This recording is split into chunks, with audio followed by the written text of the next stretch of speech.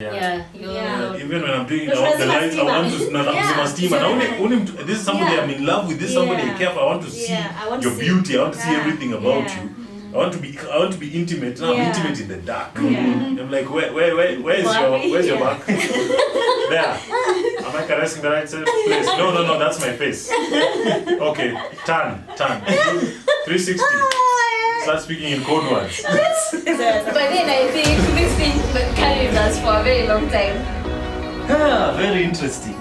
So how did that experience for you shape your... So for me, girls became objects to try out stuff. Oh wow. So, and then I was a very shy teenager. I started becoming confident in my skin when I was around 17, 18. That's when I would approach girls. But before that, I was really shy. So pornography became my escape. I was like, you started becoming addicted to it. It wasn't really addiction, but it was, it was things you do when you're bored. Like you don't have anything to do, let me. When I'm low, I need some sort of a high, go watch porn. That kind of thing. I'm not very social, go watch porn. But where were you getting it? The phone. So me, I had this phone. WAP enabled. WAP enabled. So for me, since I didn't have a lot of guts to approach girls at that time, pornography used to be the easy way out. I was like, I'm a bit scared to approach that chick. She's too way out of my league. So, but there's this other chick I can access on phone. So I go watch porn, So that would I would be like, at least now here I have access. So for me, with time, even now when I now became confident and I could be able to approach girls, somewhere at the back of my mind there was always, I saw this thing in that porn video. Is it possible if we could, of course I wouldn't voice it out, but it would always be an idea in my head. So for me, it always, girls became, they became like a conquest. If I can get to try this thing out with her, it's going to be quite an experience. So for a long time, in as much as I wasn't really, I can't say that I was a player or that kind of thing, but I always saw girls as a conquest to be conquered, if I may put it that way. I'll be like, wow. Which is like you're scoring. There's a board that you're ticking off. It's a bad. It's a really bad thing. And then they would, they would always have those things of how to talk dirty. How to make her do this. So you'd always have those ideas playing in your head. So for me, for a long time, even before I started becoming sexually active, to me that was my what do I call it? It was my perception of what sex is. Which informed your... Girls were an object for a very long period of time. For me, and it's funny. Sorry, it's funny. I was watching some TED talk, and about porn, and one of the things that this guy was saying is that the more you consume porn, the more it actually makes you antisocial. The more it makes you can't just approach, for now as a boy, you can't approach a girl normally and just have a normal relationship conversation. So your self-esteem is affected. And that's the thing. It lowers your self-esteem. It messes up with your personality. There's just a lot that it does. It doesn't boost your confidence the way movies try to make it. Takes away from you. I wouldn't. For me, I think how it informed my sex knowledge is definitely it's between man and woman that I know. And because of my background going to church and my parents being church people, the Christian thing was hammered in our heads. So there's no way I knew that, because for me I knew I'm not allowed to have sex until I get married. And despite the fact that the magazine would say me and my boyfriend, and I'm like, okay, you and my boyfriend, because you're not supposed to be having. Yes. And I'm like, why would a magazine advise them, promote? Because what I learned from Sunday school, it's not allowed. But this magazine, I'm like, and then I'm like, you are grown-ups, you're advising them, so probably there's a possibility. They know what they're talking about. Yes, and I'm like, okay, probably people are allowed to in a certain context. I started now, it's a place of compromise. I'm now not understanding. Yes, I'm still a young believer, being taught this is bad. And then the magazine, and I mean, this is media. Media, they know what they're doing. These are mature people. They have their background information. So I became confused a bit. Are you allowed to have sex with a boyfriend and a girlfriend? And then there was a place of no. I said there's those ones for yes, you can pleasure your husband, pleasure your wife, pleasure your boyfriend, pleasure your girlfriend, and there's one for pleasuring yourself. So I'm like, okay, so where is the line? Where do you draw the line? So if at all you can do it on yourself, why are you going to your husband? Other people. So for me, I think some things now became, and that's why some of those questions that I started asking them, is masturbation a sin? Like, does God allow it? So that's where now I started asking for more information about this thing. But for me, I think there was limited access to this magazine, but the overarching information that I had in my head is what I was taught by my dad. They never mentioned it with their mouths, but them forwarding and having this conversation in chat, it was only communication itself that this is not good, you're not allowed to have it. So I limited it to it being between man and woman or to yourself. Okay. Yes, husband and wife. Husband and wife. This boyfriend girlfriend thing still was not making sense to me. Even university, I was really cautious, and I'm like, when I was dating, we are not allowed to have sex. And if you'd tell me that we can have it, and I'm like, no, I'd actually break up with you. I wouldn't agree to go that extent. Yes, I think that solid information was in my mind about it. So yeah, I didn't have bad perception about it. For me, what happened is I was afraid of it. I was scared of it. What would my father do? What would my father say? So those are the things. For me, it wasn't just, it's good to have the information, but now I was scared of it, which is not also a good thing. Yeah. It's not good. It's an extreme reaction. It's an extreme reaction to a good thing. So now you and me same was The fear. The fear because of everything, every time being hammered that sex is not right. Yeah. You're not supposed to do this until you get married. Yeah. That hammering created a very negative attitude first towards sex. It's true. To a certain degree, it almost affected our marriage, by the way. But beyond that, what? Just saying. Yeah. By the way, Actually, for real, it's very true. The fact that every day, every Sunday you go to Sunday school, that's what the teachers are telling you. Yeah.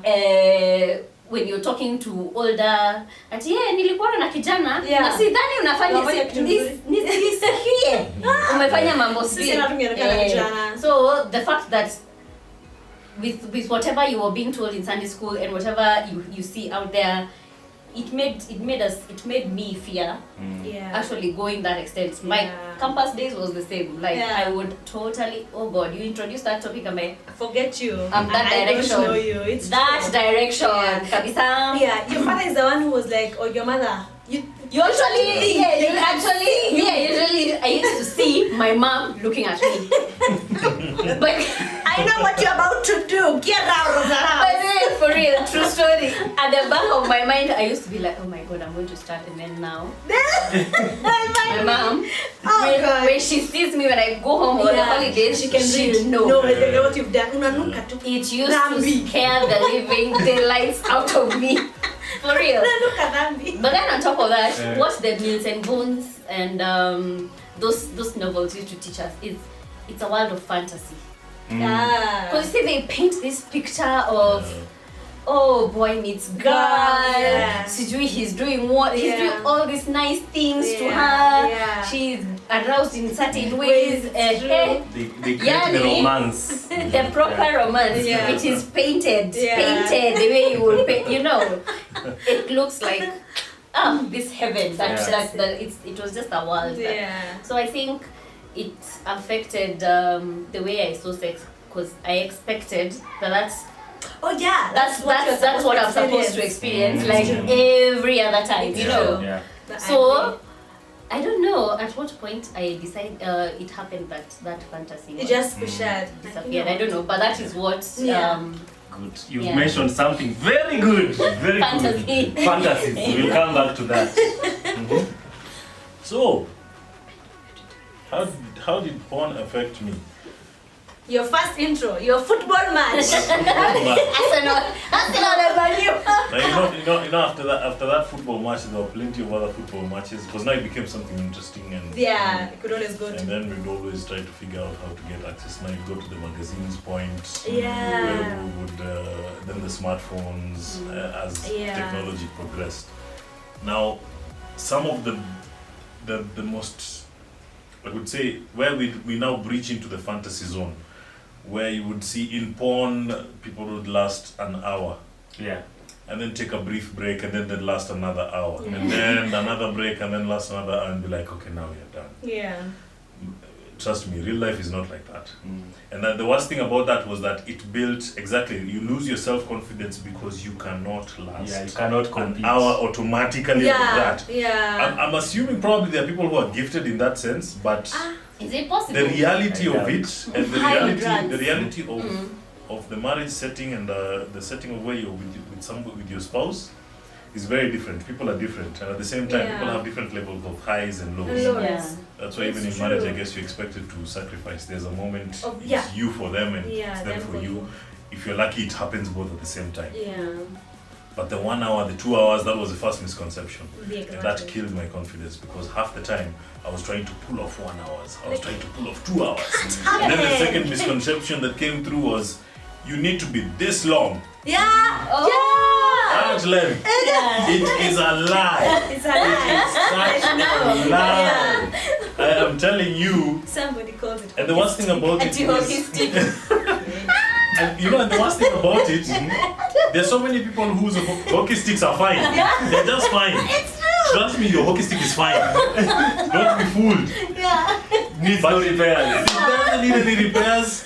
It will still satisfy your woman. Do you know, I almost got to the point, because they always have those small advertisements, especially when it comes to the websites. They put that, They have those small advertisements, elongate thine hockey stick. And then there's these weird things, then you start to Google, then you start to take certain types of foods because you think it's going to make you last longer. So you find that out of 90% of you, out of like 100% of your life, 50 is now devoted to trying to fix something that doesn't need to be fixed. Yeah. Exactly. Through foods, through exercises. Yeah. Do you know there's a method of actually putting a string around your hockey stick Are you serious? and walking around with it because apparently it's going to make it longer so that when you get to that place. I thought about it once. Like it's supposed to hang. Yes, it's supposed to hang. It's supposed to hang so that gravity does the work that God didn't do for you. So gravity does the fixing.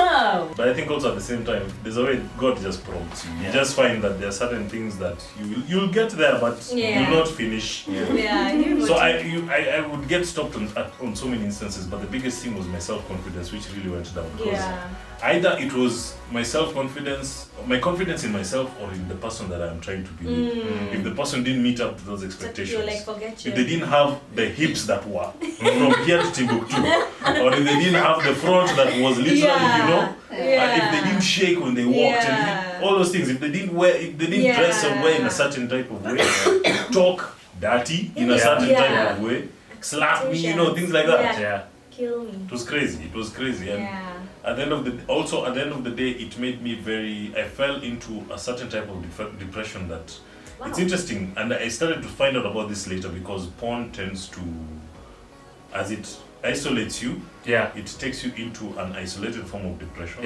And then from that, you start to perceive the world as looking at you. There's a all eyes on me kind of feeling that starts to happen. Because obviously you're doing something wrong. Then the devil starts throwing hints at you, and that's when everything now really bombards you. And you feel like everyone is watching me. Everyone knows, someone probably knows what I'm doing. It's a heavy guilty conscience. The way I walk. There's something about me that people can tell. And weirdly enough, those are the things that lead to suicidal thoughts, murderous intentions, so many things. It's so weird and I never thought about it this way. that one act of watching and engaging in porn has led to so much crime by itself, but people don't know because it's such a long trail. You know, when something happens over 10 years, its impact is least felt. Yeah. Or its source is least felt because you don't really think about 10 years ago. This, you know, it led to this. Yeah. And for me, that's what happened. I lost my confidence. I stopped talking to girls the way I would normally. I assumed I was being an introvert, too much of an introvert, but I was assigning a personality to myself, and I didn't know. Oh, but there's a high probably you get when you're introduced to pornography. But is there a level where pornography can satisfy what now the desire that you have? Is there? There's a point where pornography can satisfy, and that's now you start going to other things. You see, pornography in itself, as Jack is saying, is a fantasy world. Yeah. It's not a real world. Yeah. Because even those people, when you see them lasting for 1 hour, those are takes. Yeah, they do. And they're drugged up. Yeah. And then they are compiled to look like it's one whole process. They've taken alcohol, they've taken drugs. So by this, I was watching some woman who was a porn star, and then she stopped, and she was saying the amount of reconstructive surgeries. She's just literally destroyed. It destroys that place, Yani, and it comes to a place it's so painful. You have to be high to do it. So you're here, you're trying to compete with somebody who is acting while high. It's in impossible. your natural state. In your natural state. And then you see some of the angles that they also shoot with. Yeah. They want, what is this? Yeah, they want the camera to zoom in on Saturday. So even you who is at home trying to pull off some angles, my friend. Impossible. You can't zoom in. You can't last that. You can't last It's impossible. There's something you said about crime. There's another TED talk, I think we'll share some of those links. And this guy was saying that he used to be addicted to porn. And one of the things it made him feel violent. It had a violent response. And you'd think, how are they connected? Violent how? He started becoming violent because of porn, watching porn. Because of especially those BDS, domination and control and that sort of things. Yeah. He starts to have certain whatevers. Now, let me ask the question. The most important thing now. Because it's in the context of soul ties. Yeah. Is it possible, and I want you to think about it before we answer, is it possible to develop a soul tie with a porn actor? Like you are watching that person on screen. They are not physical, you don't have physical contact. But in your mind, is it possible to create some sort of connection with them? I think it is possible. Your emotions, your mind, your psyche. You're seeing this person as the perfect rendition of what you'd want to be or engage in. Yeah. So you literally, it's happened enough times where people have had in their heads they're having relationships with these people. So they are the people, they literally go back for these people. So in their head, that person is that a real. person. I don't even think also only in porn stars. Yeah. Also some certain movies with those bad scenes. Those actors, you now associate those people. It can get to a place where you associate that person with their sexual acts, and you can literally, Because I was just thinking, when you look at the way some people like role playing, I'm like, why is it important that your wife has to dress up as a nurse? Yeah. Why? Or a school girl. Or a school That's girl. the only time you or are a fireman. feel Why attracted must to your her? husband dress up as a fireman for you to feel like you're enjoying sex? Yeah. Exactly. Because it's like in your head there's an idol already. Yeah. Exactly. There's an image that is fixed. Yeah. So physically speaking, it's your husband, but in your mind, it's that idea that you have. That turns you on. Yes. Yeah. It's not even your husband. Which is really wrong. Yeah. I mean, then is there? Can you separate yourself from? I don't know. There are people who don't believe. We are all believers here, and we believe in deliverance. But there are those ones who don't believe in deliverance. I don't know what else they can do to separate themselves from. You see, like what you said, how these things affected us negatively. How we first introduced to sex, how it affected you negatively. Until even some of us, even in marriage, you also have a certain fear when it comes to sex. So how, for those ones who don't believe in deliverance, I don't know, is there any other option for them to just I have an idea, and it's the reality of who we are, and I have also come to believe this myself, that as much as we are Christians, and as much as we've accepted Jesus, the moment we decide to be in a precarious position, we will be tempted. Yeah. So at the end of the day, it is, for me, I've started to see why it is foolish to believe that since I accepted God, I can watch porn like this on this video and just be like, it's a lie. Yeah. Yes. just that, It won't affect just you. this, Yeah. nothing. Yeah. Trust me, you have to get to a point whereby you now avoid the same things that have gotten you into the problem, in the first place. Change of behavior. A change of behavior, a renewing of your mind, Character. because that means a renewing of even the environment that you are in. Yeah. You change the people you associate with who drive you towards certain things. Yeah. You change it's not because you don't love them or anything, it's because you have a soul to keep, right? Yeah. You have a soul to protect. It's true. And it is vulnerable. Assuming that you will be okay around the same things that have broken you is very dangerous, to say the least. And I think that's one of the things. There's a practical form of deliverance. It's a practical form of deliverance where you actually now take the active step to stay away from the things that put you back in the ground. But I think there are those who, sorry, porn to some other people is it has become a part of their lifestyle.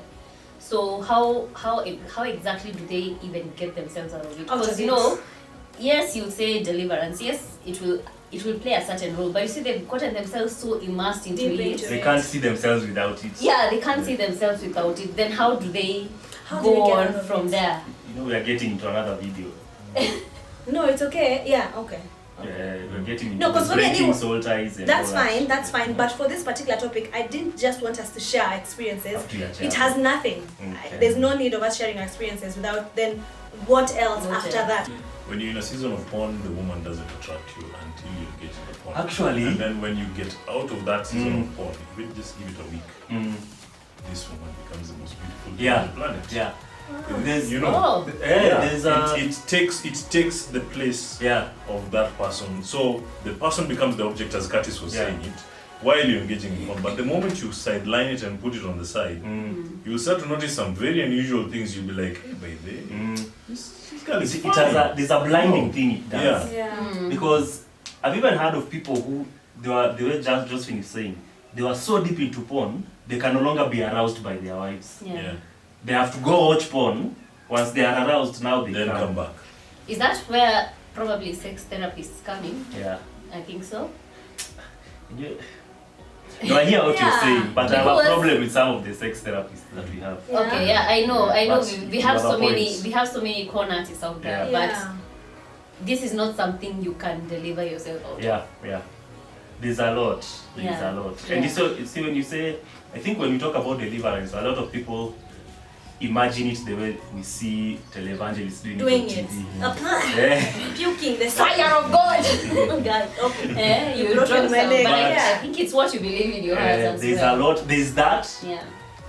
But there's a lot, like what Jack is saying, avoid certain things, renewing your mind, changing of attitude. I think it just goes to a lot of accountability. If something I'm struggling with, I'd rather than tell Josephine, this is what I'm going through, and I'd like you to walk with me through it. journey. When I fall, I tell her, Accountability. yes, accountability aspect. When I fall, I tell her, and she's like, okay, next time let's avoid this and that, so that you're not caught up in the same rut again, over and over again. Also, keeping communication lines open. Very open. With your spouse. Yeah. Oh yeah. Because now, that would be tricky. How do you even come to your wife telling your wife, my God, I've been watching porn. You have to really... And There's a way. I'm not seeing you exciting me like stew. You're like, I think we need to recognize it as a disease. it is. Like you are unwell. Yeah. You see the way we talk about Yeah. mental health and yeah. porn addiction, like every other addiction, you are unwell. Oh, actually, And I think have. also we need to be very cognizant of the fact that certain things have been catalyzed by other things. Where if you have a problem today, what people will do is they'll fix that problem. They'll immediately target the problem. But what they won't do is find the association that created the problem in the first place and kill it. So that when you finish with this problem and you slam it to the ground, what is causing it is still plugging in a signal. And that signal builds it back up into something again. I think one of the best ways is also check your history, check where you've come from, check for traumatizing events or situations. Trauma is usually a big influencer. When it comes to catalysts, even in the sense, just like Josephine was saying, when you're talking about having a difficult time with sexuality in marriage, are you from a background where your parents are so strict about sex to the extent that you are uncomfortable in your skin even when you're an adult? May I have a question to these guys? These guys are already parents, and we've talked about how, as you're introduced to sex, I don't know at what particular point do you now start having the sex conversation with your little ones, such that they won't say, oh, my first introduction to sex was not my mom when he was teaching me these things, was when I was with my boys or with my girlfriends. I don't know at what, you guys have done parenting, I don't know if they mentioned it anywhere. We were all young parents. Because we're young parents, but what I know definitely that I have in my schedule and my plan for my son and my daughter is teach them about sex as a good thing. I think that's also the bigger part of the problem is that sex is taught as a bad evil thing. You know, when you emphasize something, when you emphasize evil like 90% of the time, that 10% will have a very small difference in the future. The 90 will be the bulk of the reference point. Teach them that sex is a good thing in a certain context. If this is what happens, this is the consequence, these are the results. If you do it out of this context, this can happen. But at the end of the day, the act in itself is not a bad thing. But how, where, why, how matters a lot because it affects so many other things.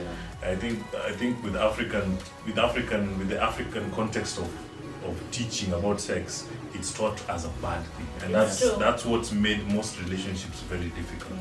Because people now have to now in a marriage context where sex is a good thing, but then it's you're like, still a bad thing. even when I'm doing the lights, I want to this is somebody I'm in love with, this is somebody I care for, I want to see your beauty, I want to see everything about you. I want to be intimate. Now I'm intimate in the dark. I'm like, where's your back? There. Am I caressing the right place? No, that's my face. Okay, turn. 360.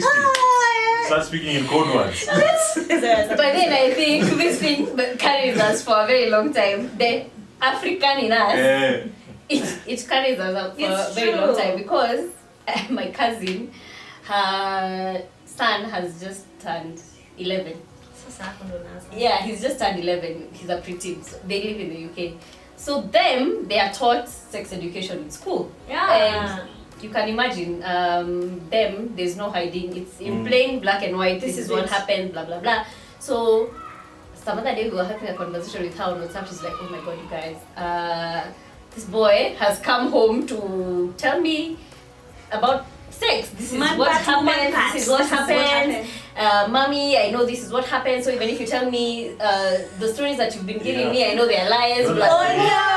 So that was like a moment. You know, just the other day we were celebrating his birth, and now he's 11, and we're thinking, okay, we're already having this conversation. It was jolted us awake, to know that we are thinking the kids are like 2-3 years old, but in a few years they are the ones having this conversation, and we don't want to scare them into what we were scared into. You know, not that it was wrong, but I think the approach that was done at that time wasn't the best. It works, but it messed up a few things there along the way. Okay. So basically I think what we'll take out of it is I know we've not gone in depth into soul ties, but I think with all the videos we've done on soul ties, at least there was a foundation. But I to a certain extent I think they do. They do. Yeah.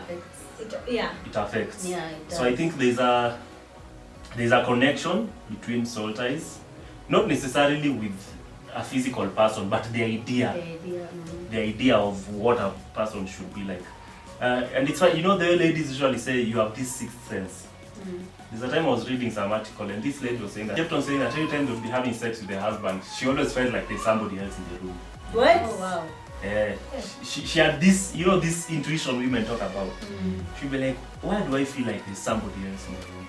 And it was just an article on Soila and how sometimes there's that connection. Yeah, so I hope you guys, and these are some of the topics that we can't exhaust. Yeah, it's a lot. But I know Ernest Wamboy. There's a guy called Ernest Wamboy, and there's something he runs called Powerhouse, and it's just for helping people who have struggled with the porn addiction and things like that.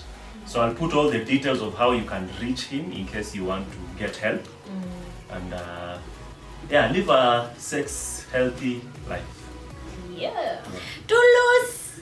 So bye guys. Bye from Jackton. Talk to Mojume. Bye. See ya. No football.